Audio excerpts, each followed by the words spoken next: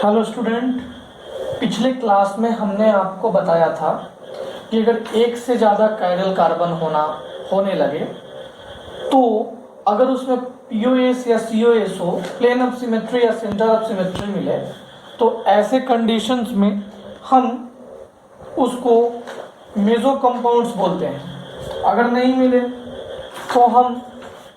मिले तो फिर हम देखेंगे आर एस में कन्वर्ट हो रहा है नहीं हो रहा है, और फिर हम क्वेश्चंस को सोल्व करेंगे।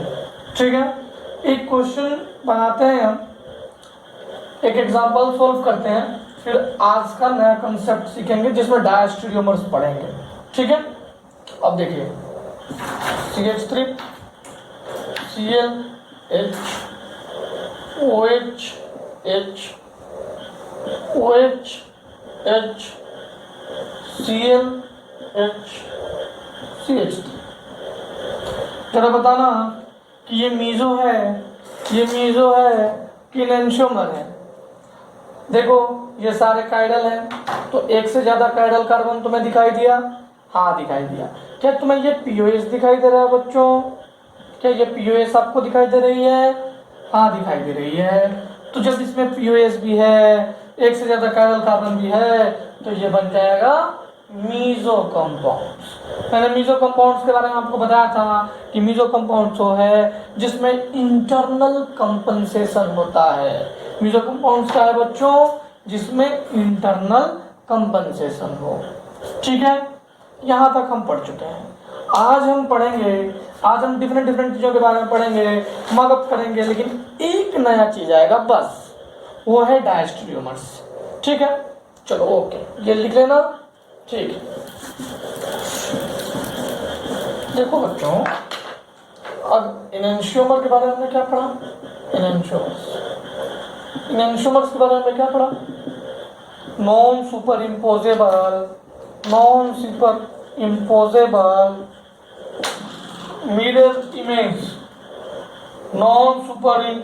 Mirror image. अब हमारे पास कोई भी काइरल कार्बन है, मान लो कि ये A है, B है, C है, D है। अगर मैं इसका इमेज लूंगा तो C D A B मुझे मिलेगा। इसको मैं इस पर सुपर इम्पोज कराना चाहूंगा तो ये नहीं होगा, इसलिए ये इनेंटियोमर्स है। ठीक है, तो ये क्या होते हैं बच्चों? ये ऑप्टिकली इनएक्टिव होते हैं।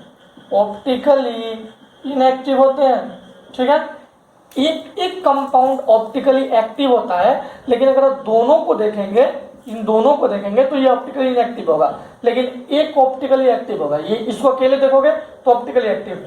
मान लो ये पॉजिटिव रोटेशन दे रहा है तो ये नेगेटिव रोटेशन देगा। ये सारी बातें हो चुकी है। ठीक है ना? अब देखो जरा, अब एक मेरी बात सुनो, ऑप्टिकली इनएक्टिव है, इसमें हुआ क्या था? Internal compensation. इसमें तो एक्सटर्नल कंपनसेशन हुआ था ना बच्चों। तुम कमेंट्स लिखना शुरू कर दिए। External compensation. अब जरा ध्यान से देखो कि अगर मैं एक्सटर्नल कंपनसेशन में लिखूं, एक छोटी सी पॉइंट और है, इसमें R S में बदल जाएगा। मतलब फर्स्ट वाले में अगर R है तो सेकंड वाले कंपाउंड में वही S में बदल जाएगा। तो अगर मान लो यहाँ R है तो ये किस में बदल जाएगा? यहाँ S, यहाँ भी S। अगर ये S रहता तो यहाँ पे R में बदल जाता। इसको मैंने एक और बात बताई थी, odd exchange. Odd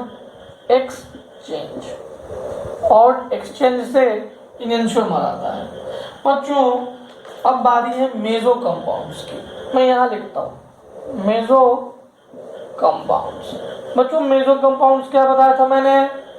meso compounds में मैंने बताया है आपको कि इंटरनल कंपनसेशन। एक ही कंपाउंड में एक पॉजिटिव रोटेशन करेगा तो दूसरा निगेटिव रोटेशन करेगा, कंपेंसेशन। सेकेंड पॉइंट हम इसमें क्या बताए हैं? एक पॉजिटिव रोटेशन किया तो नेगेटिव रोटेशन। इसमें मोर देन वन कायरल कार्बन, मोर देन वन काइरल कार्बन और हैविंग POS या COS, तो ये तो ओवरऑल क्या होगा, ये भी ऑप्टिकली इनएक्टिव, ये ऑप्टिकली भी इनएक्टिव होगा। ठीक है, इसमें भी अगर मोर than one carbon chiral carbon होगा और एक POS या COS होगा, ऑप्टिकली इनएक्टिव। देखो आज जो हम पढ़ रहे हैं वो है डायस्टेरियोमर्स। क्या है बच्चों, डायस्टेरियोमर्स, और ये बहुत इंपॉर्टेंट है बच्चों और बहुत आसान भी है। डायस्टेरियोमर्स इंपॉर्टेंट भी है और आसान भी है। अब देखो आसान कैसे है बच्चों, आसान इसलिए है कि इसमें भी चाहिए मोर देन वन काइरल कार्बन, मोर देन वन काइरल कार्बन, ठीक है। some are converted into S, but some are not, ठीक है। तीसरा पॉइंट क्या लिखेंगे, इट इज ऑप्टिकली एक्टिव, मतलब कि इसमें POS और COS नहीं होगा, इट इज ऑप्टिकली एक्टिव। अब देखो ये कह क्या रहा है, अब इनैंशियोमर और डायस्टेरियोमर्स में अंतर थोड़ा सा समझ लो, फिर हम क्वेश्चन करेंगे। वो बहुत इजी है, आप चुटकी बजाते हुए सारे क्वेश्चन सोल्व कर लोगे, ठीक है। मेजो तो आपको पता है, अगर एक से ज्यादा काइरल कार्बन हो, उसमें POS COS हो, तो उसको मेजो बोलेंगे, वो ऑप्टिकली इनएक्टिव होगा। लेकिन जो डायस्टेरियोमर्स है बच्चों, जो डायस्टेरियोमर्स हैं, ये ऑप्टिकली एक्टिव होते हैं। इनैंशियोमर्स ऑप्टिकली इनएक्टिव, मेजो ऑप्टिकली इनएक्टिव, लेकिन डायस्टेरियोमर्स ऑप्टिकली एक्टिव। क्या आप लिख लोगे बच्चों, क्या आप इसे लिख लिए? ठीक है, पॉज कीजिए, लिख लीजिए। ओके बच्चों, मैं फिर से समझाऊंगा। ओके बच्चों,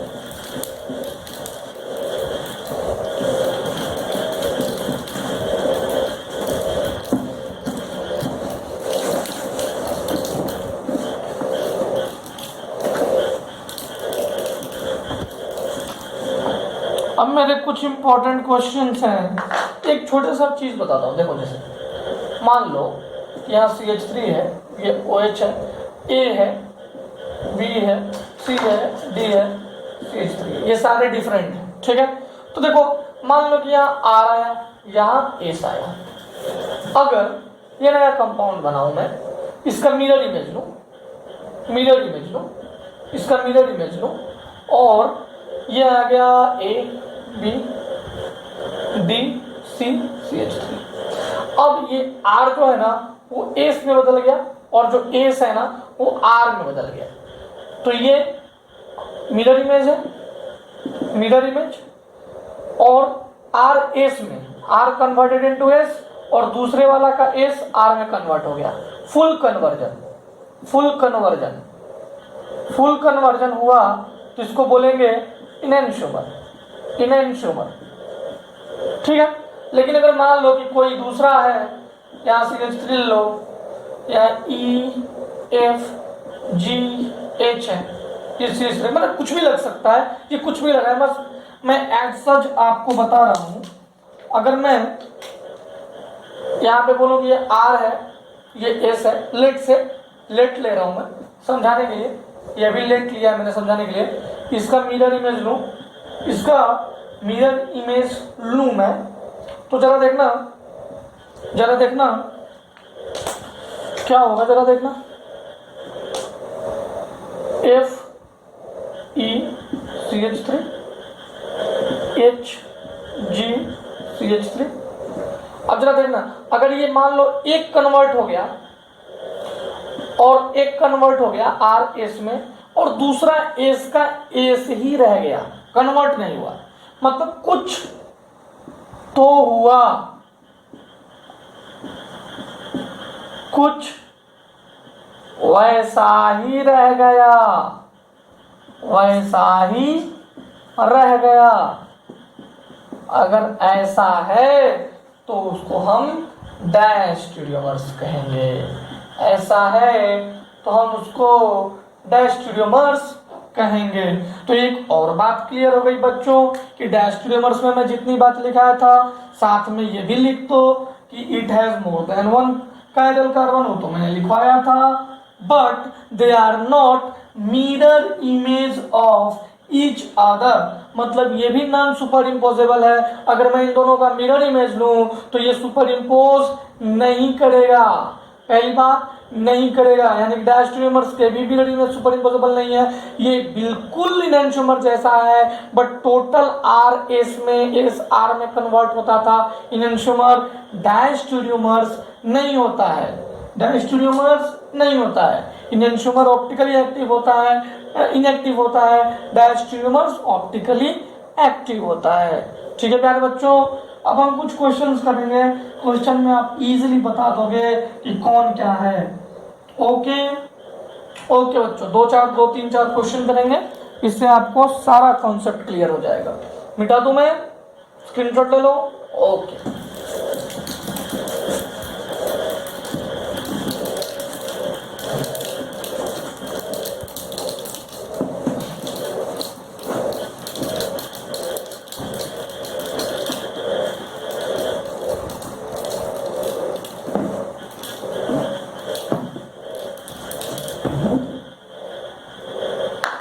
ठीक है ना। अब मैं नेक्स्ट क्वेश्चन की ओर बढ़ रहा हूं। मैं क्वेश्चन की ओर बढ़ रहा हूं बच्चों, थोड़ा ध्यान देता। Question number 1, question number 1, CH3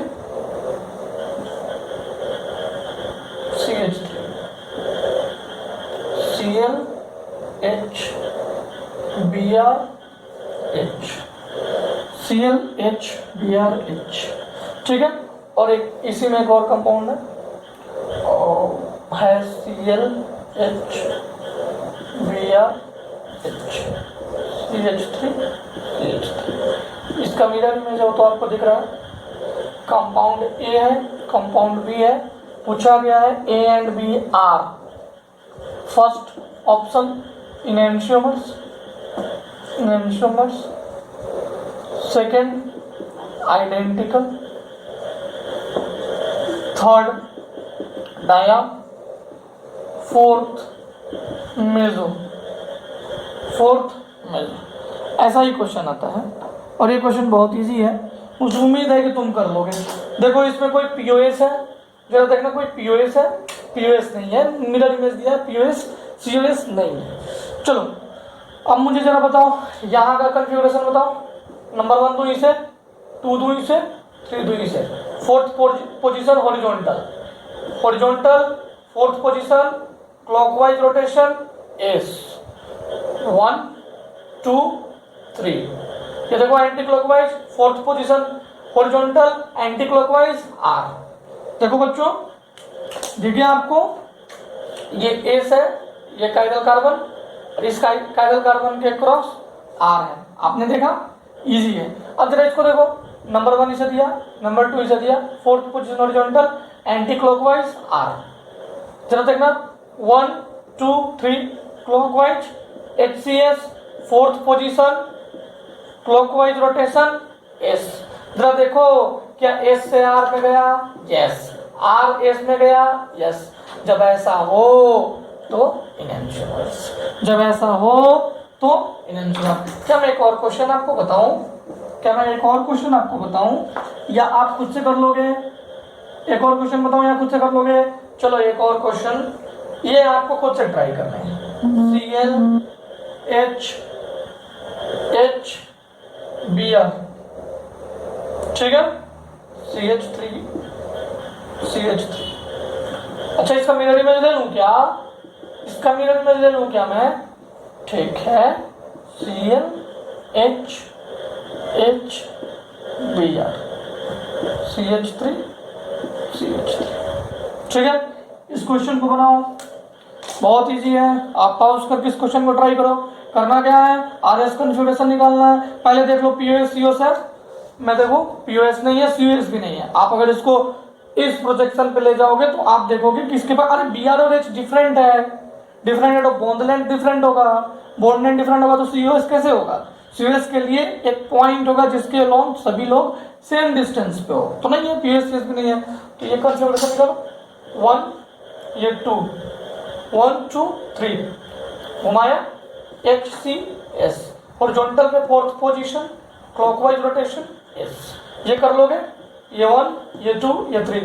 जरा ध्यान से देखो, जरा ध्यान से देखो, अगर मैं इधर से घुमाऊंगा तो ए सी तो आएगा, ये भी क्लॉकवाइज रोटेशन फोर्थ पोजीशन। ये देखो 1 2 3 घुमा दूं वो घुमा दिया। Anti clockwise H C S, horizontal पे fourth, clockwise S, anti clockwise है तो आर। अब जरा देखो 1, अब जरा देखो 1 फिर 2 3, हॉरिजॉन्टल में फोर्थ, ये anti clockwise rotation. Anti clockwise rotation मतलब क्लॉकवाइज पे एस, एंटी क्लॉकवाइज पे, बोलो बच्चों, एंटी क्लॉकवाइज पे आर। अब जरा देखो इस आर में, इस आर में, मतलब इस आर में दोनों में हुआ, दोनों कायरल कार्बन में इस आर में हुआ, तो ये क्या है? इनएंशियोमर्स। देखो क्या बच्चों, यही 4 चीज रहेगा सारे में, यही 4 बातें सारे में पूछी जाएंगी आपको, और आपको सारे में बताना है, ठीक है ना? तो आप कह सकते हैं कि डायस्टीरियोमर, अब डायस्टीरियोमर से रिलेटेड एक क्वेश्चन कराऊंगा तो आपको और क्लियर हो जाएगा। ये नोट डाउन कर लो, स्क्रीनशॉट ले लो, अपने बुक नोटबुक में ये लिखा कीजिए, इससे आपका सारा चीज क्रिस्टल क्लियर हो जाएगा, ठीक है? ओके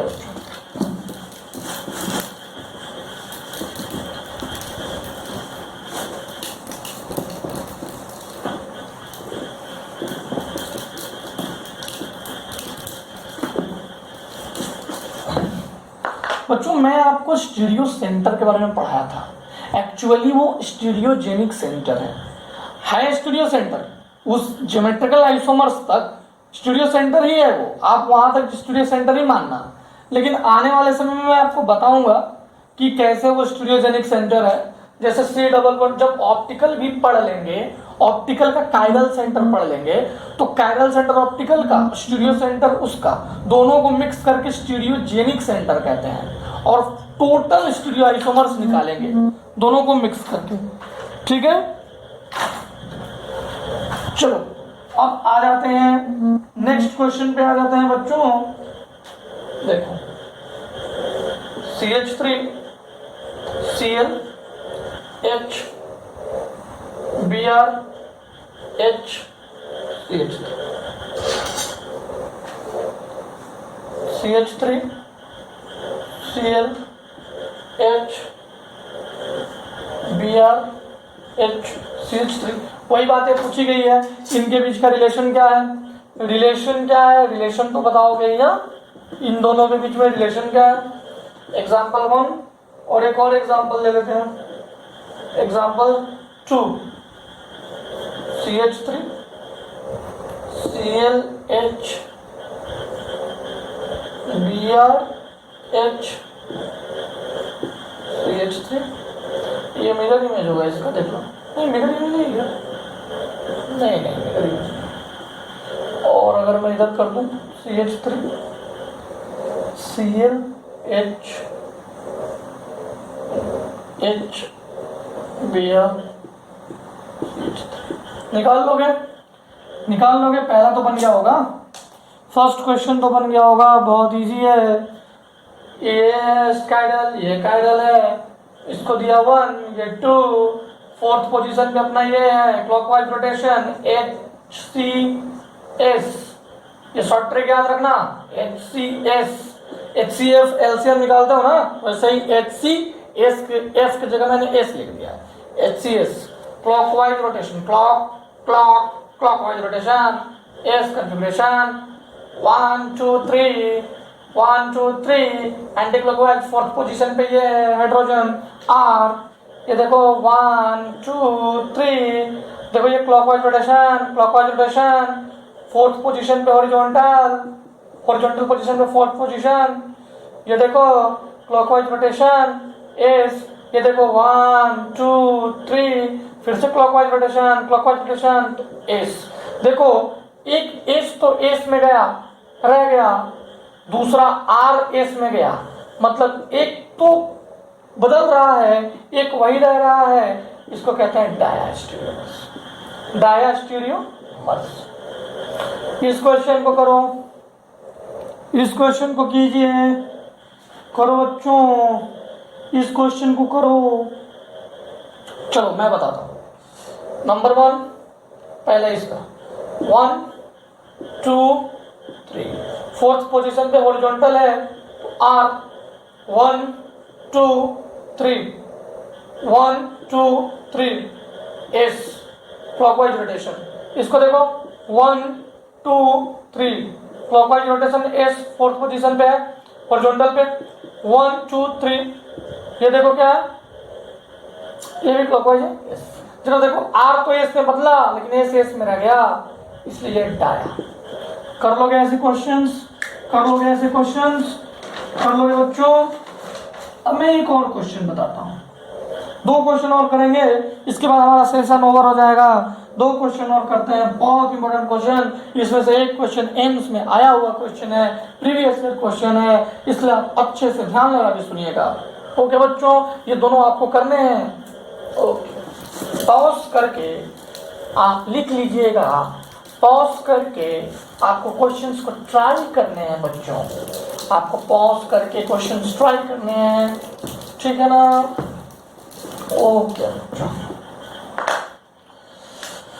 एग्जाम्पल नंबर जो भी है ये मान लो 1 2, एग्जाम्पल नंबर 1 2 3 हो गया होगा, एग्जाम्पल नंबर 5 है, 4 तक हो गया था। CH3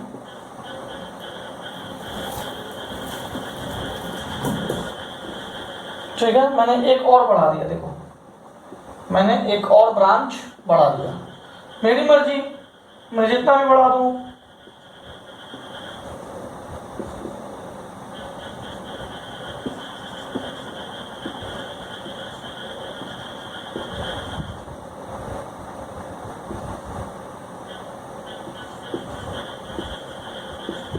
ठीक है, अब क्वेश्चन नंबर 6, बस इतना ही क्वेश्चन करेंगे।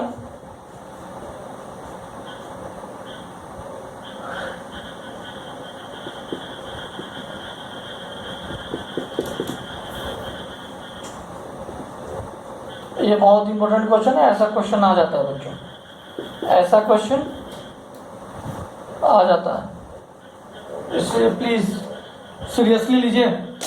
ये तो देखो एक तो वैसे का वैसे रह गया, ये भी अप पे, ये भी अप पे, लेकिन ये डाउन पे था, डैश पे था, ये अप पे, ये तो सीधा दिख रहा है, एक वैसे ही रह गया, एक बदल गया तो डाया। अगर ये अप से डाउन होता, ये डाउन से अप होता तो इनेंशियोमर रहता। ये दोनों कायरल कार्बन है, ये देखने तो इसमें तो कोई शक नहीं होनी चाहिए। देखो एक हाइड्रोजन, एक CH3, इधर अलग ग्रुप, इधर अलग ग्रुप, यहाँ CH2, यहाँ CH, इसके लिए भी वही होगा। ये कायरल कार्बन को आप पहचान लेंगे। एग्जाम्पल नंबर 5 आपको बनाना है, मेनली मैं एग्जाम्पल नंबर 5 में इंटरेस्टेड हूँ। क्या इसमें POS है, COS है? नहीं है। मीजो होगा? नहीं होगा। तो होगा क्या? अब इनेंशियोमर और डायस्टीरियोमर्स में से कोई एक होगा। चलो उसके लिए हम RS कॉन्फ़िगरेशन निकालते हैं। ये 1, ये 2, ये 3, चलो घुमाया क्लॉकवाइज, क्लॉकवाइज मतलब HCS। देखो हमेशा याद रखना ये क्वेश्चन, ये दोनों क्वेश्चन में हॉरिजॉन्टल पे है हमारा फोर्थ पोजीशन, सारे में फोर्थ पोजीशन हॉरिजॉन्टल पे। तो हम इस रूल के तहत चलेंगे, fourth position horizontal clockwise rotation S configuration. ठीक है, ठीक है। अब देखो ये 1, अब देखो यहाँ पे गया कार्बन, यहाँ भी गया कार्बन, इसके साथ हाइड्रोजन, इसके साथ हाइड्रोजन, इसके साथ CH3, इसके साथ CH3, इसके साथ OH, इसके साथ Cl। कौन है भैया? वो पहले का एटॉमिक नंबर ज्यादा कि Cl का? Cl का। तो ये है 2, ये भी क्लॉकवाइज S, ये भी क्लॉकवाइज, ये भी क्लॉकवाइज, दोनों कायरल कार्बन SS के लॉन्ग कॉन्फ़िगरेशन SS। अब देखो ये 1, ऊपर वाला 2, ऊपर वाला 2, नीचे वाला 3, ये देखो एंटी क्लॉकवाइज, तो R कर लोगे, उसका खुद से निकाल लोगे बच्चों। देखो ये 1, नीचे 2 S, ये 1, ऊपर CH3OH Cl, ये 2, ये 1, ये 2, ये R, ठीक है, एंटी क्लॉकवाइज है ना R। अब देखो ये 1, ऊपर वाला 2, ऊपर वाला 2, ये भी है, दिख गया। अब देखो एक एस वैसे ही रह गया, एक एस आर में, दूसरा आर भी वैसे ही रह गया। कुछ तो हुआ है, कुछ नहीं हुआ है, मतलब कुछ तो बदला है, कुछ नहीं बदला है, कुछ कुछ हो रहा है। इसका मतलब ये है डाया स्टीरियोमर्स। ये क्या है बच्चों? डाया स्टीरियोमर्स। क्या मेरी बात समझ में आ गई बच्चों? कोई दिक्कत? कल हम पढ़ाएंगे हाउ मेनी ऑप्टिकल आइसोमेरिज्म्स। इसके बाद हम आपको स्टीरियो सेंटर आपको बताएंगे, exact value of stereo centre क्या है, स्टीरियोजेनिक सेंटर्स मतलब बोथ काइडल और ज्योमेट्रिकल आइसोमर्स वाला सेंटर को कैलकुलेट करेंगे और उसको बोलेंगे स्टीरियोजेनिक सेंटर्स। दोनों को कैलकुलेट करके टोटल स्टीरियो आइसोमर्स कितना निकालेंगे, उसके कुछ फॉर्मूलाज लिखवाएंगे, कुछ क्वेश्चंस कराएंगे, एपीमर्स बताएंगे, मोनोमर्स बताएंगे, इनोमर्स बताएंगे और ये चैप्टर खत्म हो जाएगा। तो कल की लेक्चर थोड़ी लंबी होगी, आप यहाँ तक अच्छे से रिवीजन करना, कल ये चैप्टर खत्म हो जाएगा बच्चों। ओके बच्चों, अच्छे से रिवीजन करना। कोई डाउट है तो कमेंट सेक्शन में लिखना, मैसेज करना। ओके बच्चों।